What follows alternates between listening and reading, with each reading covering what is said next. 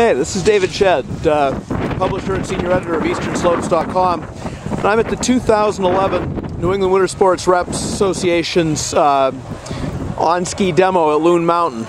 This is where we get to test all the equipment that's going to be new for next year, that when you go and are looking to upgrade your equipment, and go into the shops in June, July, August, October, whatever, this is the product you're going to be seeing. And it's pretty much a who's who of the ski industry. You know, everybody: Fisher, Dynastar, Nordica, Technica, Live, Volcal, Atomic, Blizzard, Scott Alon. Those tucked down in there in the corner, we got Black Diamond, who is who's being the sort of the black sheep of the of the place, because they're showing actual telemark gear.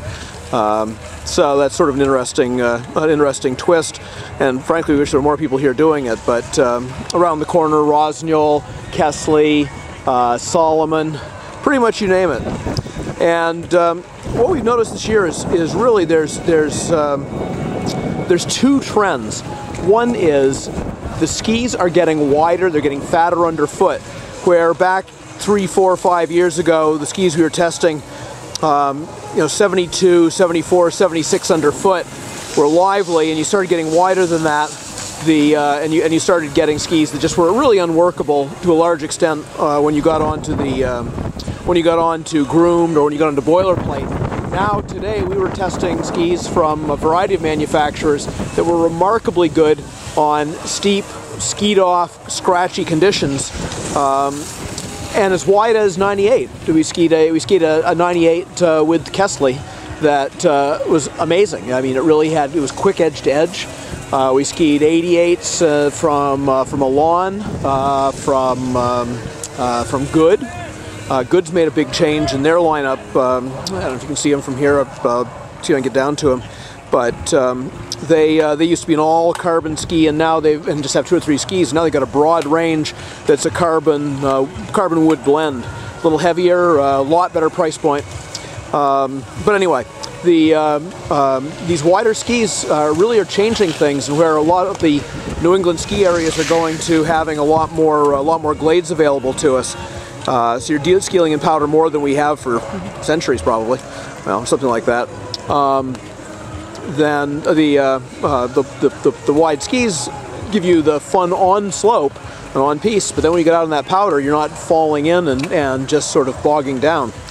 So the other trend is in the boots, and down in the Governor's Pavilion, which is of course indoors. Boots outdoors are not so great. Trying to put on a boot that's at 10 or 15 or 20 degrees is not my idea of fun. Done it before.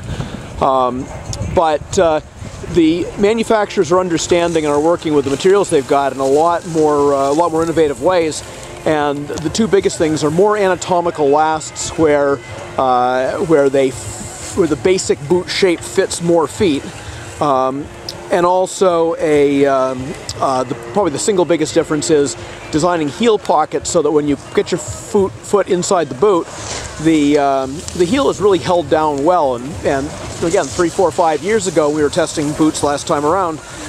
Basically, nothing had that, and the only way you could get it was to take your boot and go get a custom liner, get a custom molded liner, or a heat liner, heat moldable liner, or have a custom boot fitter, or really go in there and take them out and add pads and things like that. And what we used to expect for custom performance is becoming more a standard product, and so that's an exciting change in technology. It means that the boot fitters, the real professional and the custom guys, are going to be able to do even more with them than they used to. So a lot of changes, and really what we're finding is if your gear's more than 2 or 3 years old, you really owe it to yourself to go and check out what's going on, because it's a huge difference. So we've still got a little bit of time of skiing left here. You can see the shadows are starting to get pretty long, and they're going to shut the roofs down in probably an hour. So I've got 1 or 2 more runs left in my legs, and we'll try a few more things. So we'll update you as we know more, and look forward to testing more of the good stuff.